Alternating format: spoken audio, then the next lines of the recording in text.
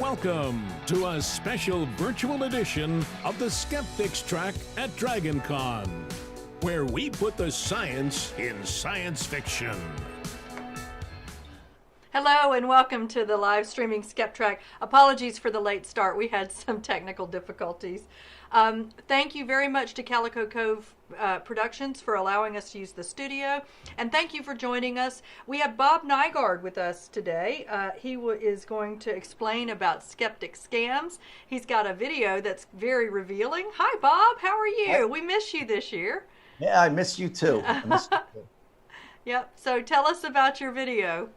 Well, I'm going to be giving a little dissertation on psychic fraud and the truth about psychic fraud, and give a little definition of what it is, who the victims are, and then who the perpetrators are, and some of the impediments to prosecution, and then how I go about helping victims to get the justice that they deserve. Okay. Well, let's watch that video. Thank you. Okay, you got it.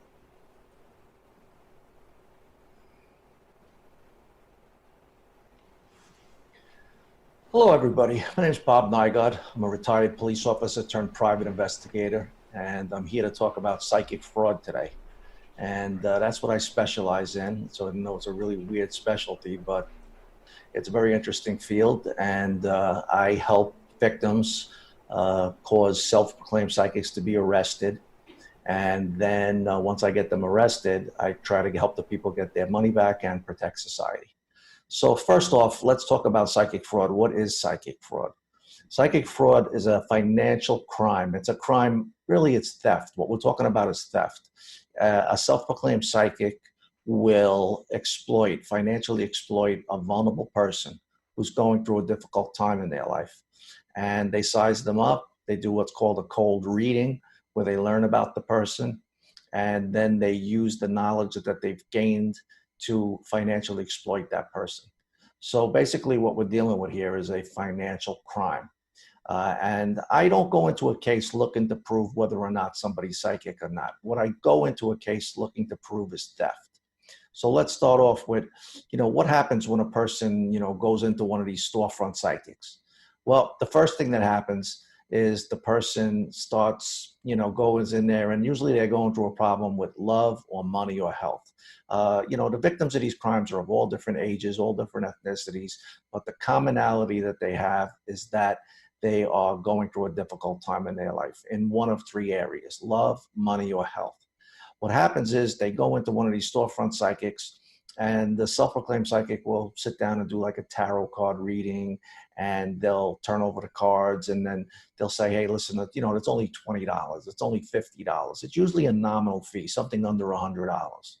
What happens is the self-proclaimed psychic starts to throw things out and listens through nonverbal and verbal clues.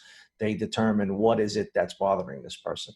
They determine, is this person just coming in, and they don't have much money and it's just a lark, or they're coming in and they really are banged up and have a lot of problems. So they're looking for the big fish, basically. So what the self-proclaimed psychic does is they'll tell the person they see a darkness or a negativity surrounding that person. And what they'll do is they'll say, hey, I have the power, I have the gift. I was given a gift from God, and I have this special power, and I'm going to use it to help you. And so, but they say, listen, I have to find out what's going on here. I have to find out why you lost your job. I have to find out why your husband left you, why your wife left you, why your husband's cheating on you, why your wife's cheating on you, why you're sick, why you got cancer, why you lost your job. And so, people go in and they lay all these heavy problems on the psychic. And then the self-proclaimed psychic will say, oh, you know what? There's a blockage. I see a blockage. I see a darkness. I see a negativity. But in order to find out what's going on, I have to do further research. So the self-proclaimed psychic will say, but that's going to cost more money. That's going to cost $800, $900. And what they'll do is they'll say, I need money to buy materials or supplies in order to do the work to find out what the root cause of the problem is. So the self-proclaimed psychic will say, okay, give me $800 or $900. Go down to the ATM and get it right now. Or, usually they want cash. They don't want to take a check. They don't want anything, a record of anything. So they'll say, oh, go down to the ATM and get me some cash. Come back. and then, I'll start the work. I need to start the work right away. They'll probably rush the person into it. They want them to start. And they'll say, listen, one of the hallmarks is they'll say, I need you to do this and do not tell anybody about the work. You cannot tell anybody about the work that we're doing together or the work will fail. So now they tell the person, I need you to go home and I need you to just read some prayers from the Bible, and I'm going to call you tonight, and I'm going to do this work, and I'm going to light candles, and I'm going to use the money to buy these crystals and candles. And then they'll say, once, you start doing the prayers, then I'm going to call you and we'll say some prayers together. And then they'll have the person come back in, and then they'll say, something, I found out what the root cause of the problem is. There's a curse on you. And, they come up with a lot of different stories for how this curse comes about. But one of the ways is they'll say, well, back when your mother and your father were dating, your father was seeing somebody else, and he decided to marry your mother instead. And when he married your mother, there was that other woman, and she felt scorned. So she put a curse on your mother and your father. And when you were in your mother's womb, the curse passed on to you. And you're never going to have any children. You're never going to have any a good job. You're never going to have fulfill your destiny and live the life that God meant for you unless we remove this curse. And we need to work together. So then the psychic will tell the person, I need you to go home and I need you to do a ritual. And usually it will be an egg. And they'll say, I need you to take this egg. And they'll say, go to the store, buy a carton of eggs, take one of the eggs out. And then they'll say, I need you to take the egg and put it under the bed, under the side that you sleep. But I need you to go to the bank. If you're 30 years old, I need you to get $30,000. I need you to get $1,000 for each year of your age. And then what I need you to do is I need you to put the money with the egg under the bed. And the reason we need to do that is because money is the root of all evil. The evil is going to want to go to the money. So the self-proclaimed psychic will say, okay, put the egg under the bed, put the money under the bed, and then the person will go home. They'll go to the bank. They'll get the money. They'll get $30,000 out. They'll put it under their mattress, under their bed. And the reason for the egg is because once the evil goes to the money, we need to trap it in something. And the egg represents the soul. So what we're going to do is we're going to trap it inside the egg. And then the psychic will call the person up in the middle of the night and they'll say, hey, you know what? We've angered the spirits. The evil has gone to the money. It went to the money and it got trapped in the egg. You need to bring me the egg. You need to bring me the money. So this person, this vulnerable person, who's all banged up to start with, is all scared, goes and sees the psychic, brings the egg, brings the money. And then what happens is the self-proclaimed psychic takes the egg and they put it on a table and they say, oh, it won't break. They put it in a bag and they say, oh, it won't break. It won't break. And then they pull out the egg and they smash it with their hand, or they put it on the floor and they stomp it with their foot, and blood comes out of the egg. Or a black snake comes crawling out of the egg. It's a rubber snake. It doesn't come crawling out, but there's a rubber snake in there. Or there's a live snake, actually. It could be a live snake, could be a rubber snake, could be a dead baby snake. But in any event, they're very theatrical. And they say, oh, look, that's the evil that was in you. That's the evil that manifested itself. So what they're doing is they're proving the existence of the curse with a magic trick. They took the egg, they swapped it out with an egg that they already doctored up. Sometimes it won't be a snake, it'll be blood. They'll hit the egg and blood will come out of the egg. What they do is they take a needle, they put it in, a dye into the egg, and then what happens is when they smash it, the blood comes out. Oh, look. Or sometimes they'll use a trick where they'll take a jar and they'll tell a person, instead of the egg, they'll say, put a jar under your mattress. And you have to fill it with water. You need to spit in the jar, then fill it with water, and then wrap the money around the jar with rubber bands or tape, and tape it around, or wrap it around the jar. And then they say, come to me. We've angered the spirits. You need to bring me the jar. Person will come. They'll spin the person around. And the next thing you know, they'll open up the jar and the water has turned black, or the water has turned red. They spin the person around. They do sleight of hand. And what they do is they take out a little dye and they put it in there, and the water changes color. Look, it's blood red. Oh, look, the water has turned black. That's the evil. So they're using magic tricks to prove the existence of the curse. Once they get over that hurdle, they're home free. They have the person in the palm of their hand. So, and then once again, they say, don't tell anybody about the work that we're doing. They're worried if the vulnerable person tells a friend, a relative, a neighbor, that that person who isn't vulnerable might thwart the scam. So they want total control. And what they do is they exert undue influence over the victim. What they will do is they'll say, okay, you know what? They isolate the victim from all friends and family. You can't talk to anybody but me. They create a sense of dependency. I'm the only one that can help you. They create a siege mentality, and they'll say, oh, everybody else is out to get you. If somebody does try to talk some sense into that victim, then they'll tell the person, oh, you know, see, that person's out to get us. They're trying to prevent us from completing the work. They're from the devil. So they have a lot of different tricks. They exacerbate the victim's existing fears. If the victim is scared of something, they exacerbate that fear. They introduce new fears. If something good happens in the person's life, they take credit for it. Oh, that's because of the work that we're doing together. If something bad happens, the person's in an auto accident or something, they'll say, oh, that's the evil. See, you need to do more work.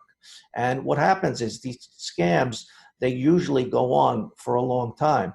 And what happens is they keep bilking the person for more and more money. And they tell the person that more money is needed to remove the curse. Oh, the curse is worse than I thought. And generally what will happen is they'll say to the person, don't worry, I'm a woman of God. The money's not from me. When I take the money, I'm going to take it to the altar. And when I take it to the altar, I'm going to pray over it, and I'm going to cleanse it of the evil, and I'm going to give it back to you. Therein lies the crime in that case, because they're promising to give the money back. The person isn't paying $30,000 to have a curse removed. They're giving the psychic, or the self-proclaimed psychic, $30,000 temporarily to use in furtherance of the alleged work, and then the money is supposed to be returned. When the money isn't returned and the psychic is refusing to return the money, that's when you run into theft. You have theft by false promise. You have theft by false pretenses. There's many ways to prove these cases. You know, so when I start a case, I build a case, I look into where are the provable lies? How can I prove this case? So what I do is I start off with the victim and I interview the victim and I say, what was going on in your life prior to the point where you even walked in the door to that fortune-telling parlor? And I learned what was the vulnerability. What was it that the psychic used to prey upon this person? What was this person scared of? And then what I do is I look at the case and I start to build the case around the financial records. How much money did you give? When did you give the money? And I tell the person to make a list of all the money that they gave. And then I get the financial records. I get text messages showing the interaction between the victim and the psychic. I get, you know, all kinds of records, text, financial, phone records, you name it, you know. And then sometimes what I'll do is I'll send somebody in, and I'll send the young woman in, and I'll let the psychic rip off that person. And so now I have a second victim who I can use as a witness in the case. So I use undercover operatives in order to bolster the case against the self-proclaimed psychic. Sometimes I need that, sometimes I don't. It depends on the strength of the case. But in any event, you know, what we're dealing with is we're dealing with self-proclaimed psychics who are preying upon vulnerable people, and they're using the fears to exploit them. And, you know, right now, my phone is ringing off the hook. Given the pandemic that's going on, you cannot imagine how many people are calling me every given day. I'm probably averaging between 5 and 10 phone calls a day, or emails, between phone calls and emails a day, of people saying, you know, hey, Bob, I was ripped off recently by a psychic. And, you know, from what I understand is the psychic business is booming right now because they're preying upon everybody's fears. I just got an email today from a woman in Australia saying, hey, Bob, I'm in Australia, and, you know, I'm all worried about the pandemic and what's going on. It's very troubling times. Do you know any private investigators in Australia that can help me because I was ripped off by a psychic? Or is there any way that you can help me? So this is something that it's actually a global problem. I had a call from a guy in Ireland the other day that was sending money to a psychic in the United States. A lot of these self-proclaimed psychics now, they don't even have to leave their homes. What they're doing is they're getting the money online. They're having the victim send them the money, and they're getting the money, you know, wired to them. So, the self-proclaimed psychics, they operate in a couple of different ways. One of the ways is through the storefront psychics, where people are actually walking in, which becomes a little bit harder during the pandemic. But I see in New York City that their business is booming, and they're not even closing down. I've seen shops that are open with people sitting down, with the masks on their face, getting a reading from the psychic. It's not hampering their business at all. A lot of people are closed down there. A lot of them haven't closed down at all. And then they're working the phones, they're working the internet, they have websites. And people are calling these self-proclaimed psychics up on the web, and they're finding them on the web, and then they're calling them, and then the self-proclaimed psychic is doing the reading right over the phone and is telling the people to send the money, and so they don't even have to leave their residence to be scamming people right now. This crime, what you're dealing with is undue influence. So you have a crime that's designed to financially exploit people under the guise of offering them assistance. You have people that are going through a problem in their life and usually involved with love or money or health. And then what you have is the psychic being a very good con artist and knowing just how to psychologically manipulate that victim and knowing just the right words to say, how to push that person's buttons in order to get that person to part with their money. Now, a lot of people will look and say, oh, how could anybody be so gullible? Well, the thing is that, while someone might be gullible, it's not a crime to be gullible, but it is a crime to steal from a gullible person. And also, most of my clients are very intelligent. I have clients that are doctors, that are lawyers, that are CEOs of companies.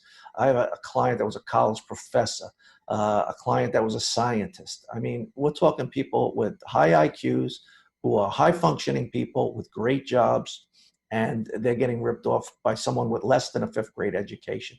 And the reason is because they're vulnerable. It's a crime of vulnerability. It has nothing to do with intelligence. It has to do with being vulnerable. And I can't harp on that enough, because what happens is when people go in and they try to report it to the police, usually they're met with laughter, misreporting, and ignorance. And nothing galls me more, because as an ex-police officer, I hate to see people get turned away. Nobody that has a legitimate complaint, someone that's a victim of a crime, should never be turned away by law enforcement when they go in looking for help. And it's what I call the con that comes after the con, because very often the police officer will tell the person, oh, well, you willingly gave your money, so how is this a crime? It's not a crime, it's a civil matter.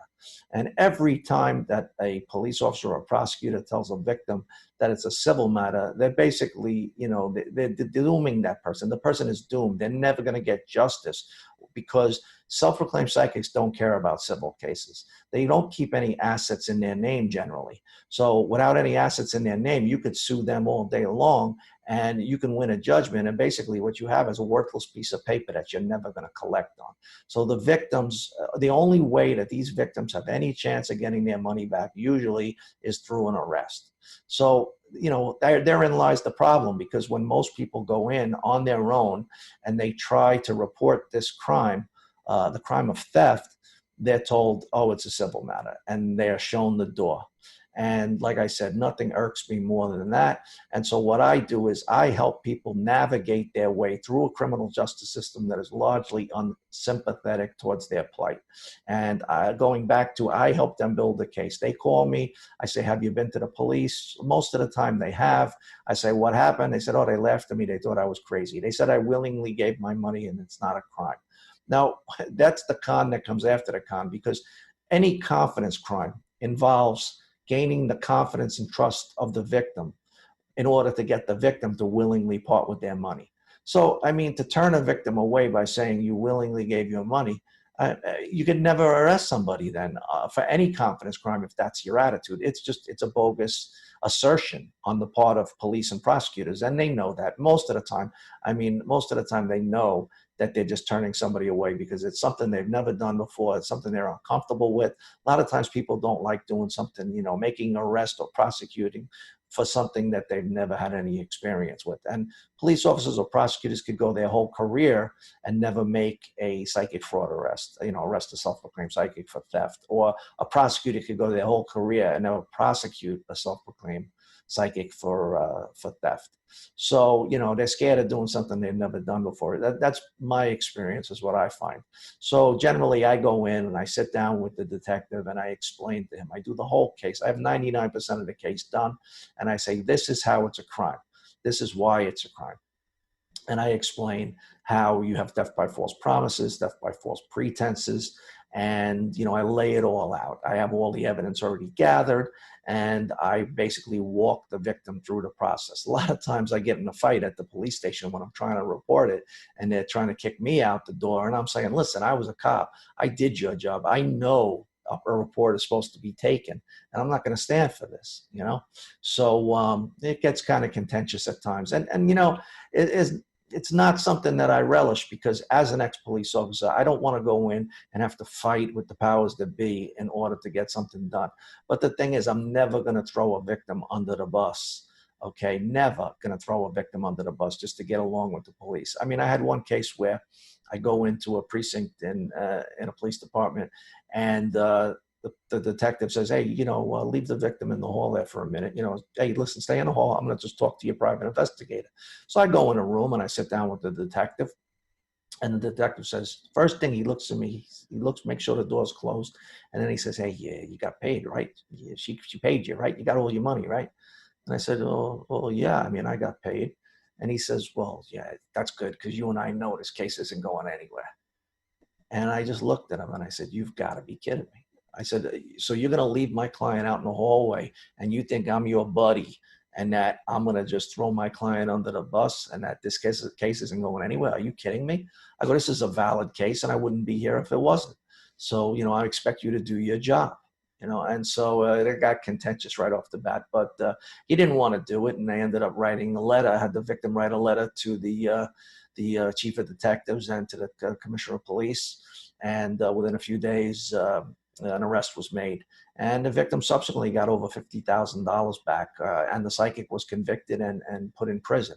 So a lot of times what happens in these cases is the self-proclaimed psychic will try to bargain using the money that they stole in order to stay out of prison. And sometimes the detectives and the prosecutors play along with that as if it's okay. I don't agree with that. I don't think that you should let self-proclaimed psychics pay off the victims in lieu of an arrest, because generally, look at it, what are they doing? They're only paying the victim back with the money that they stole. So what if I was a shoplifter and all I did all the time was, I put food under my, jacket, or I put clothes under my jacket, and I left the store, and I only got caught 1 out of every 50 times. But on that one time that I get caught out in the parking lot by the store security, they say, okay, well, you just have to give it back. I say, I'll give you the property back. I'll give you the clothes back. I'll give you the food back. And they say, okay, no harm, no foul. Would I ever stop if I never get arrested for doing it? I would never stop. There has to be some kind of deterrent. So what happens in these cases is sometimes the self-proclaimed psychic will have the lawyer call up the detective and say, hey, listen, my client has the $65,000 was stolen from the 5 women. And so, we'll call it a day. And then the detective calls up and says, hey, listen, okay, I got the whole money back for all the victims, all the money, got it back from the attorney for the psychic. So we're not going to have an arrest, and we're not going to have a case. And I say, that is ridiculous. So, I push in these cases to have an arrest, and I don't like when the victims take back the money in lieu of an arrest. However, that being said, I can't stop a victim from taking their money back. But generally what happens is once the psychic is arrested, then they pay the money back anyway, because if they were going to pay the money back before they got arrested, they're going to pay the money back after they get arrested as part of a plea deal to stay out of jail, stay out of prison. So that's the way it works, is the self-proclaimed psychic will get arrested. They have lawyers at their beck and call. They'll have the lawyer call up the prosecutor or the detective, and they'll try to weasel their way out of it by paying the victim off and, basically buying the victim's silence in effect. And so when I first take a case, I say to my clients, I hope that you wouldn't let that happen, because not only am I trying to help you get your money back, but we're trying to protect society here. It's what I call a happy ending. And I say that facetiously. What happens is The self-proclaimed psychic will pay off the victim. The victim is happy because they got all their money back. The detective's happy because it's one less case on his, that he has to do. The prosecutor's happy because it's one less case they have to prosecute. The judge is happy because it's one less case on the calendar. And the person that's the happiest of all is the self-proclaimed psychic, because they get to go out and do it all over again to somebody else with no repercussions. So there's a lot of impediments to prosecution. One being, just the fact that police and prosecutors look down on the victims, and they mock the victims a lot of times and don't show the victims the proper respect. And they say, hey, you willingly gave your money, so, and you were gullible, so this isn't worth our time, which is an outrage. And I don't stand for that. And I really fight hard to do everything I can to make sure that victims get treated fairly and get the justice that they deserve. That being said, a lot of times these self-proclaimed psychics are part of larger organizations. They're part of criminal enterprises, if you will. A lot of times that little storefront psychic you see, that shop, that little shop with the neon sign, often hides the sinister side. What happens is, a lot of times the self-proclaimed psychic is doing the fortune telling, doing the readings, and the husband of the self-proclaimed psychic is out doing home improvement scams of the elderly, doing what they call B&Es, breaking and enterings, going in saying they're from the water company and pushing past the old person and having the old person go down in the basement, the elderly person go down there and bang on the pipes. And meanwhile, they're burglarizing the house. There are two more guys in the house while someone's distracting. A home distraction is what it's called. So, or a B&E as it's known. So the husbands are doing that, or they're doing driveway seal coating scams, or they're doing auto body repair scams. Some of the women, if they're not doing fortune telling, are doing sweetheart swindles of the elderly, where they come on to an old man who's out in public and say, oh, it's so nice to see you. How you doing? How's your wife doing? Oh, my wife died. She passed away. Oh, that's right. My husband passed away too about a year ago in an auto accident. And, would it be nice if we exchanged phone numbers and got together? And the next thing you know, this person is calling, this young woman is calling the elderly man. And next thing you know, she's bringing him a hot meal with, and bringing her kids over to bounce up and down on his lap. And she's sitting on his lap, rubbing his leg. And the next thing you know, within a week, she's telling him that she wants to marry him. And, she's going to get him to change his will, and she's going to empty his bank account. A lot of times I'll get a call, and it's from a family member who's in the Midwest, and their elderly father's down in Florida.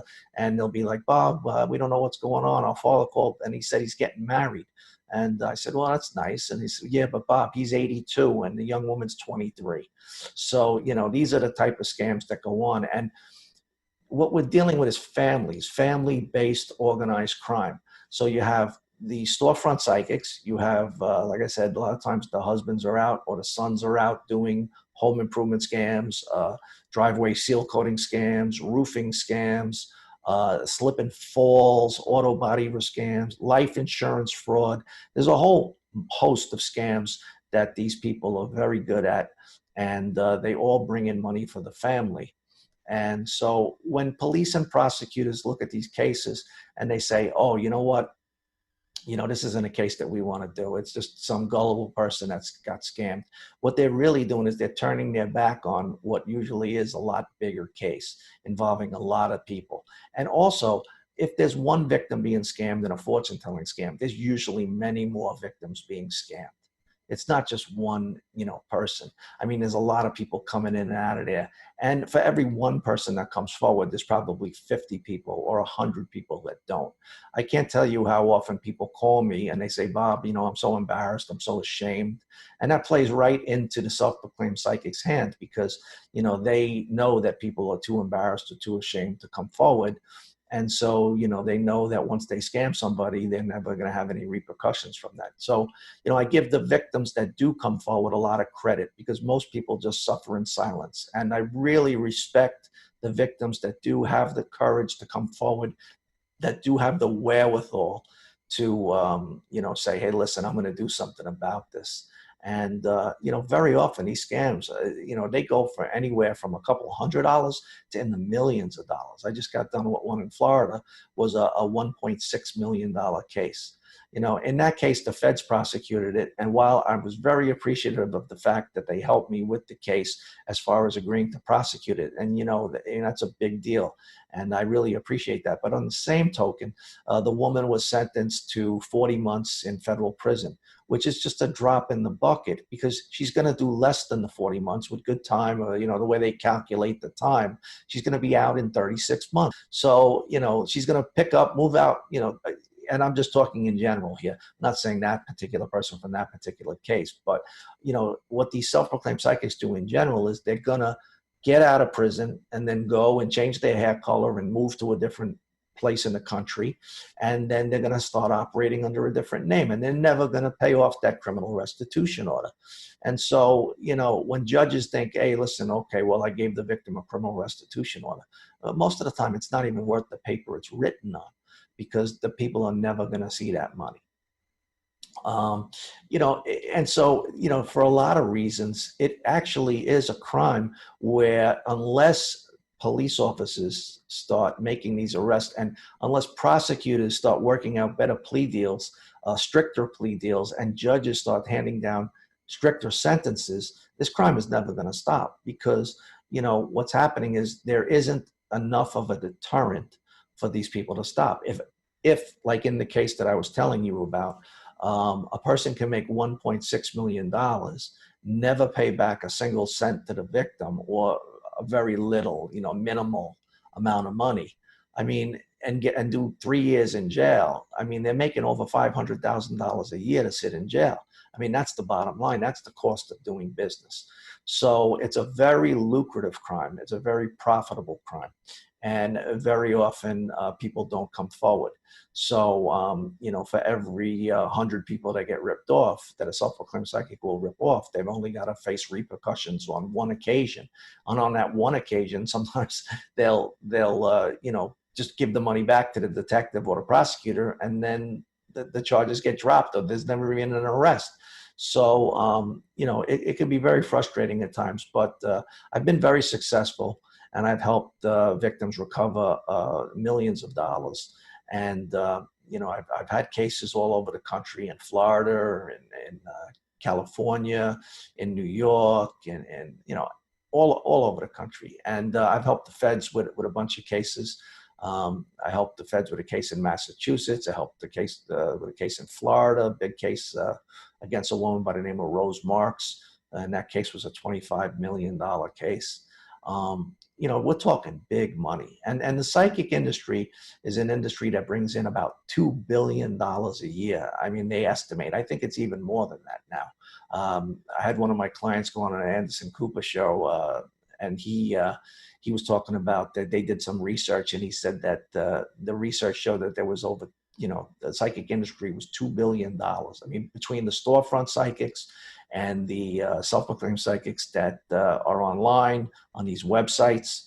And then you have ones that just go up to people in the mall and walk up to people on the street and actually accost people on the street, and then ingratiate themselves to that person. And then next thing you know, they're given a reading. They say, I'll give you a free reading. And the next thing you know, the person has a curse on them. They're told they have a curse. And the next thing you know, it turns into a long offense whereby the person is ripped off for $1 million. I had one in New York City recently where the police investigated after I gave them the case. And I had a woman that was ripped off for approximately $740,000 in Midtown Manhattan. And then I had a guy that was a client of mine from the Midwest that was ripped off for $72,000 approximately.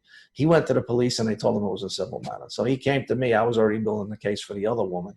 I added him to the case. And so now I had 2 victims with a loss of like $830,000. And when the police finally made the arrest, I got the help of a detective who was very good in New York City Police Department. He was excellent, helped me out.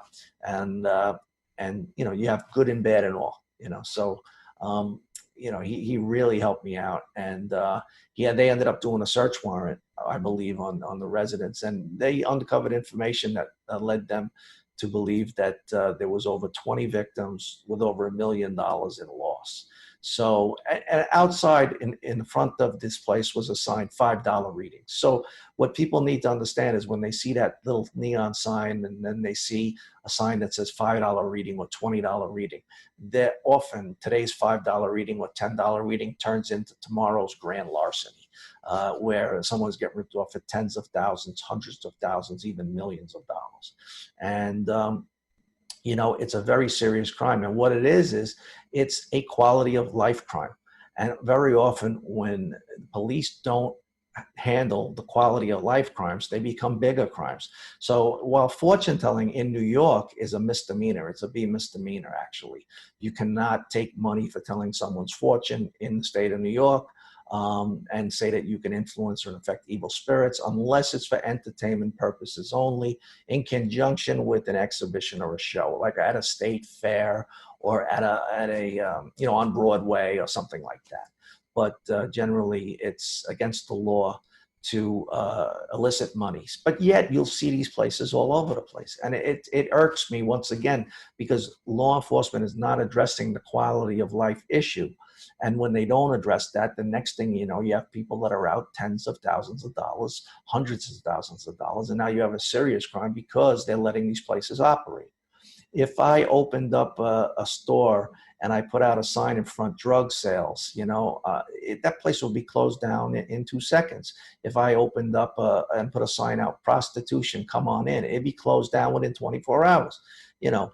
But yet you'll see all over Manhattan, for example, you'll see psychic signs, neon signs in windows. You'll see all these storefront psychics. In many of the major large cities in the United States, you'll see all of these stores and these storefronts. And but like in New York, it's illegal. And for example, in the case that I had with the woman that was arrested, and then her daughter-in-law, purported daughter-in-law, was arrested. Her purported daughter was arrested, and another woman. There was 4 people arrested in conjunction with that case. The one that I said had over 20 victims with over $1 million in loss. And the place that they were operating out of, they're gone. They left that place. But a new family moved in, and they put up a sign, under new management, which just, I mean, once again, you've got to be kidding me, because here, it's against the law in New York. A person was arrested in that precinct for ripping off people for $1 million, in conjunction with some other people that were ripped off and arrested for it, I should say. So you have 4 people getting arrested. You have over $1 million in loss to the victims, and then a new place opens up in the same exact location, and the police do nothing about it, and they ride right by the place. And what's even worse is there's a sign that says under new management. How can you have a place that's an illegal business under new management with a sign right out front, right in the middle of Midtown Manhattan? So, you know, it's very frustrating to me as an ex-law enforcement officer that this is allowed to go on. And, you know, one of the things that irks me is that it's just, I think one of the reasons is because people look down on the victims. And I tell people, like my clients, when after an arrest is made of a psychic, don't look in the paper, because when they look in the paper, inevitably, when they see an article about the case, they'll see all these people writing in the comment section, and they'll write, "Oh, a fool and their money are soon parted. Oh, how could this person be so stupid? How could this person be so gullible?" And, you know, it really boggles my mind how in today's society, there could be so many people with such a lack of empathy for their fellow human beings, and how so many people don't understand the concept of walking a mile in another person's shoes before you judge them. And it's just really wrong that you have all these people judging these victims and, you know, coming down on them for being gullible when they have no idea what was going on in this person's life. You know, they weren't the one that's husband left them. They weren't the one that's wife left them. They weren't the one that found out that their spouse or their boyfriend or their girlfriend was cheating on them. They weren't the one that's child was diagnosed with cancer. Okay. And, you know, they weren't the one that lost their job. You know, they weren't the one that was told they only have 6 months to live. You know, all of these, there's a lot of people out there that have a lot of serious problems going on in their life, and they're very vulnerable. And when they turn to these self-proclaimed psychics because they don't have anyone else to turn to sometimes. They want to turn to an anonymous person. And the self-proclaimed psychic has one of the greatest products in the world. And what that product is false hope. The person goes looking for hope, and the psychic is more than willing to sell them false hope and tell them that they're going to make sure they get a new job. They're going to cure that cancer. They're going to bring their husband or wife back to them. You know, they're going to do anything that person wants. They are going to do it. And they assign blame. The reason is because it is cursed, and you should be further along. And they, you know, in your life, and you know, we can correct this, we can change this. You know, the doctor is not going to tell the terminally ill cancer patient, oh, don't worry, you know, I can do some magic and God is going to, you know, save you. And, you know, through my my gift that I was given, I can, you know, use my gift that God gave me to save you. So the doctor's not going to tell them that, you know. And so, you know, the self-proclaimed psychic, though, they're just looking to bilk the person out of as much money as they can. So they'll tell them whatever they want to hear. And they're just so good at it. They've done it for so many years. It's been passed down from grandmother to mother to daughter throughout generations. And so, you know, it is a very serious crime. It's a theft crime. I'm not going to prove whether someone is psychic or not, whether someone has psychic ability or not. You know, what I'm looking for is the provable lies. For example, you know, I'll be doing surveillance on the self-proclaimed psychic, and maybe the self-proclaimed psychic will be texting the victim saying, hey, I'm at the church right now. I'm at St. Patrick's Cathedral doing the work, or I'm at St. John the Divine's doing the work for you. And meanwhile, I'm watching a person and they're pulling a slot machine in a casino while they're texting the person saying they're doing the work. So, you know, that's one of the things. Another time, you know, they'll say they're in one location or they flew to another country to do some work, and they never even flew to another country. Sometimes, you know, they'll say a lot of lies. They'll make a lot of false promises, a lot of misrepresentations. And it's just a matter of really painstakingly going over all the interactions between the victim and the self-proclaimed psychic in order to pick out those provable lies and to show how it's a scam. And so that's basically what psychic fraud is about. And I've been fighting this ever since 91,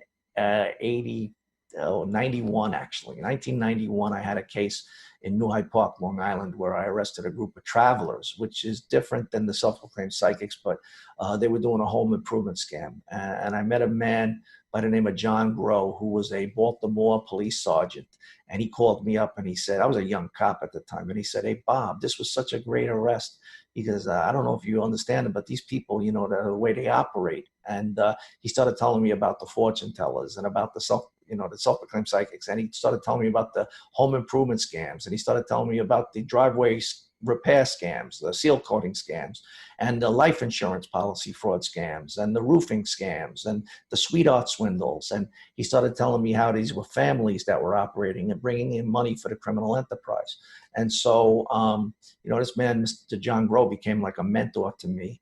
And he taught me a lot of what I know. And then I used my training and experience as a police officer over the years to be able to put together cases. And so with, you know, everything that John taught me, and then, you know, my own experiences, you know, I was perfectly suited to help victims from all around the world. And, you know, like, I think I'm the only guy in the world that's a psychic hunter, basically, is what they say. That's what they call me, you know, oh, he's a psychic hunter.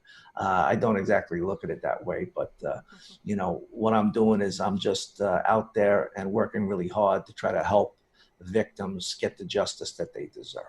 And I don't like to see anybody turned away. I don't like to see anyone go to law enforcement and have the door closed, you know, be shown the door. I think everyone deserves a shot, and I don't think it matters whether someone was vulnerable. And really, when someone is vulnerable, they need help more than someone else. You know, so I don't look down on the victims. And that's one of the things when people call me, they say, hey, Bob, you know, thank you so much for not judging me. You know, I called up another private investigator. He's like, how could you fall for this? So I went into the police station and they said, oh, you know, hey, Bob, you know, I went to the police station and they said, hey, there's the door. And they laughed at me, you know, and victims don't deserve to be laughed at, you know. So, you know, one of the things that people say when they call me up is that I give them a lot of time on the phone and I talk to them and I go through the story with them. And the first thing I tell them is, you know, be kind to yourself and give yourself a break, because this could happen to anybody. Anybody could fall victim to a psychic fraud scam if at a vulnerable time in their life. And so that's what I would like to end on, is the fact that, there's a lot of vulnerable people out there. There's a lot of people going through a very rough time in their life, especially during the pandemic.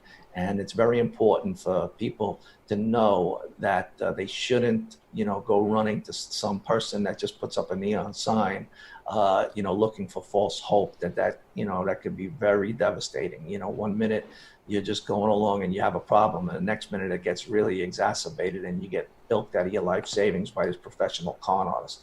And it can happen to anybody. And it would be like me going out on a basketball court thinking I can beat LeBron James in a game of one-on-one. It's not going to happen because he's a professional and I'm not, And it's the same way when someone walks into one of these self-proclaimed psychics and they walk through that door, they're on their playing field, and they're in treacherous waters at that point.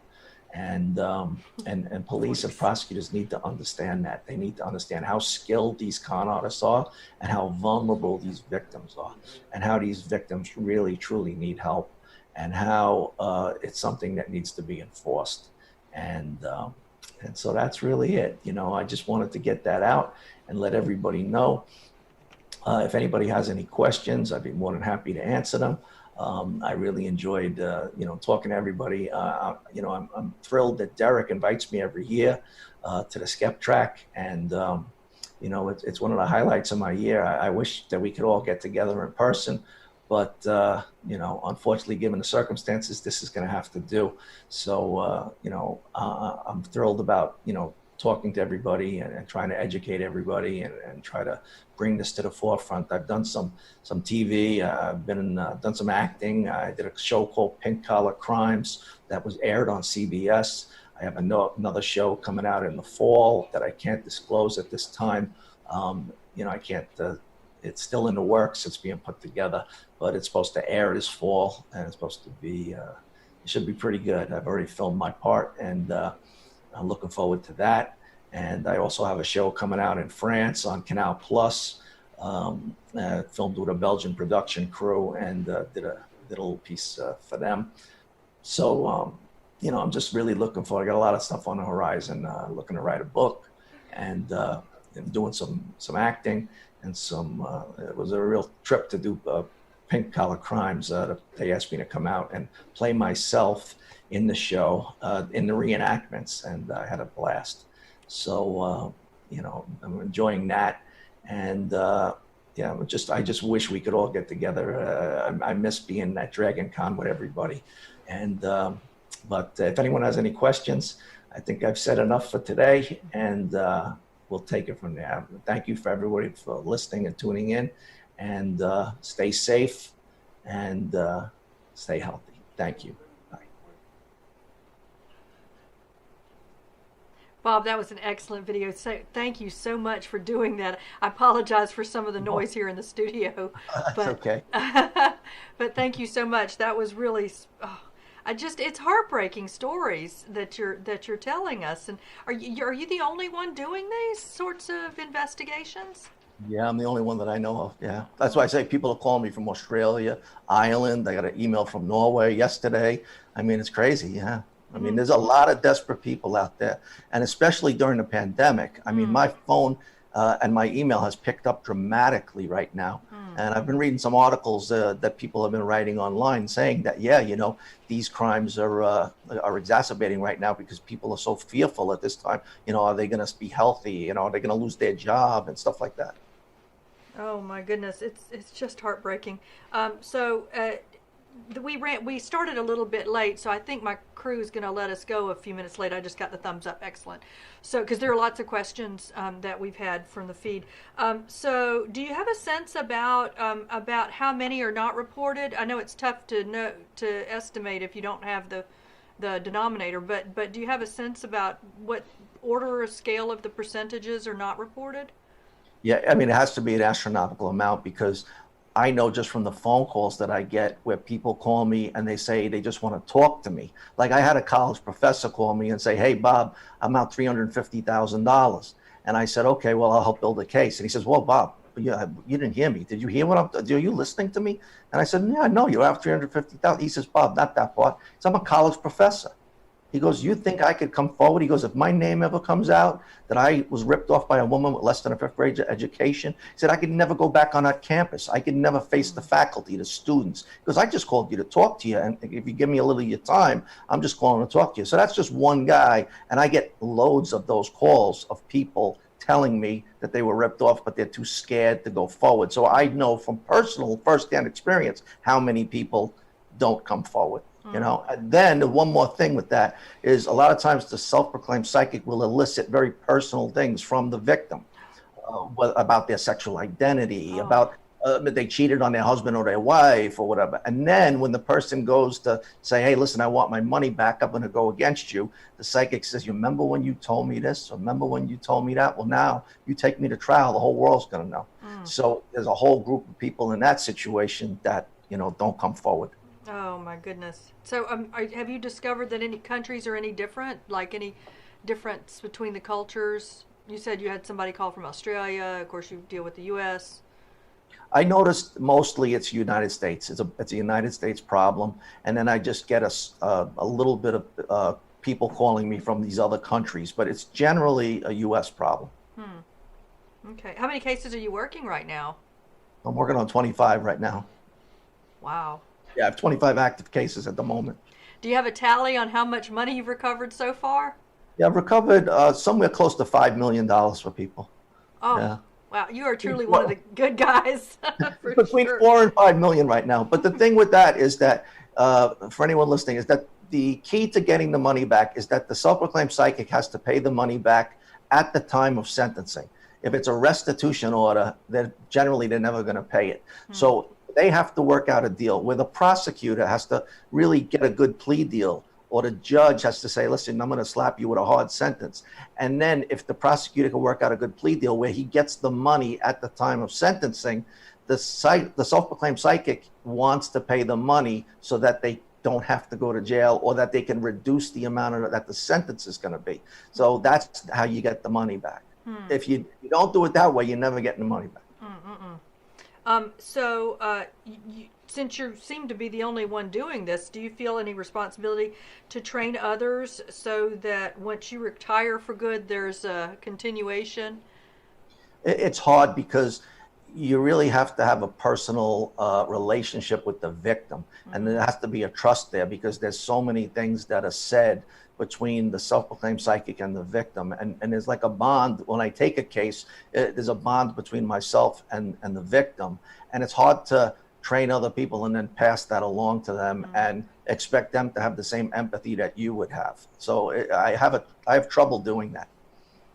Yeah. Have you ever had a patient? I'm a doctor patient. Have you ever had a client who went back to a different psychic after they've gone through this sort of thing? Well, I had a case, it was very weird, where the guy told me he was ripped off by a psychic for, I think it was like $750,000, somewhere in that neighborhood. And then it came out about a week after we reported it, and he said, Bob, there was actually 2 psychics. And I said, what do you mean there was 2 psychics? Now you really got me screwed up. What do you mean 2 psychics? He said, well, there was one psychic I went to, and I gave her like 150 in money and property or jewelry, whatever it was. And then there's the second psychic was 550,000, you know, so it was somewhere around 700 at the total. All right. So, so I said, well, why didn't you tell me? Like, why did you not say there were 2 psychics? He said, Bob, you know, be honest with you. He says, when we left after making the report, he says, I called up the first psychic and I asked her to protect me because I thought the one we were reporting was going to do something and kill me.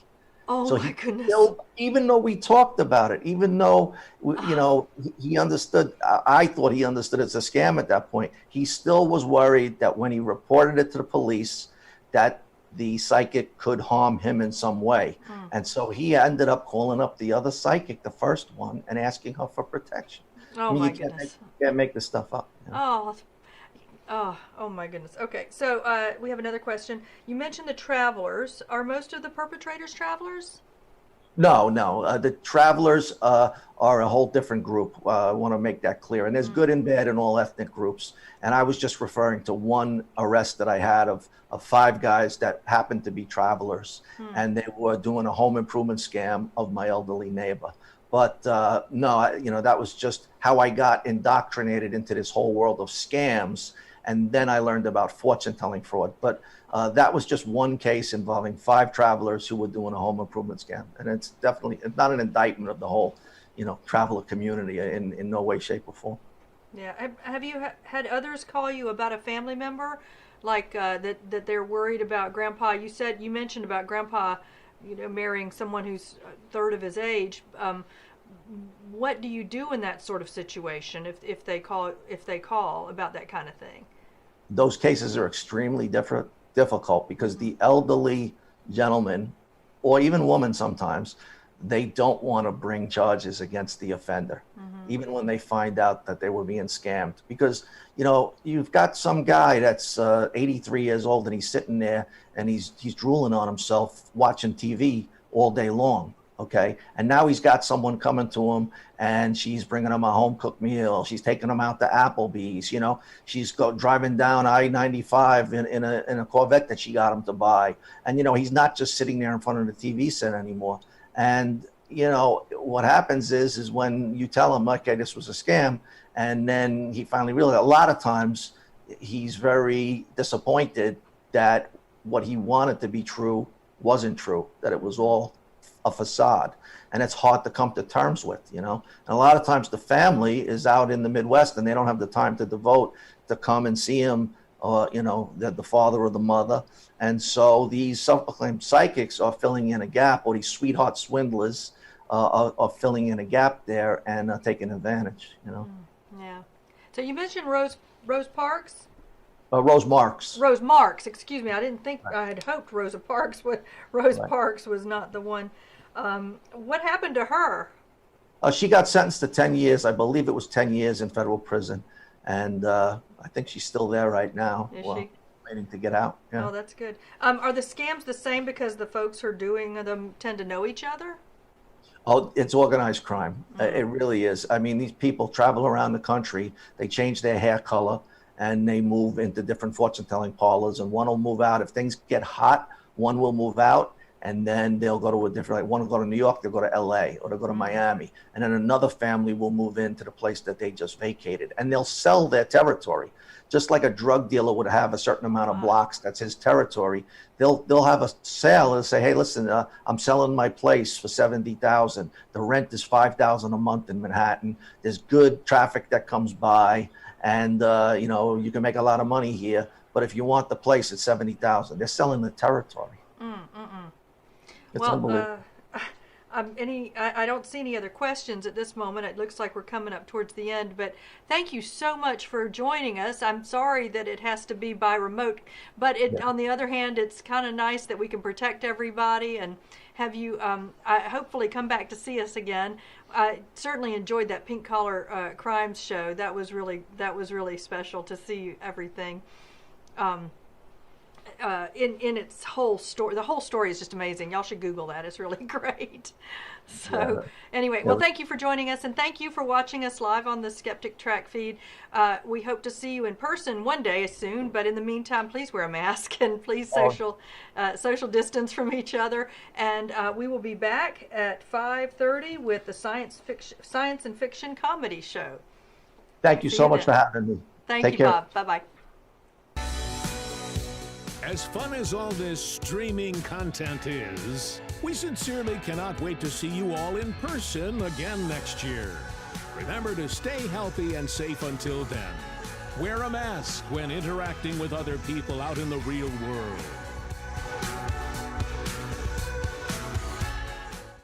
Want more Skeptrack? Get more than 10 years of Skeptics Track programming at our video archive. video.skeptrack.org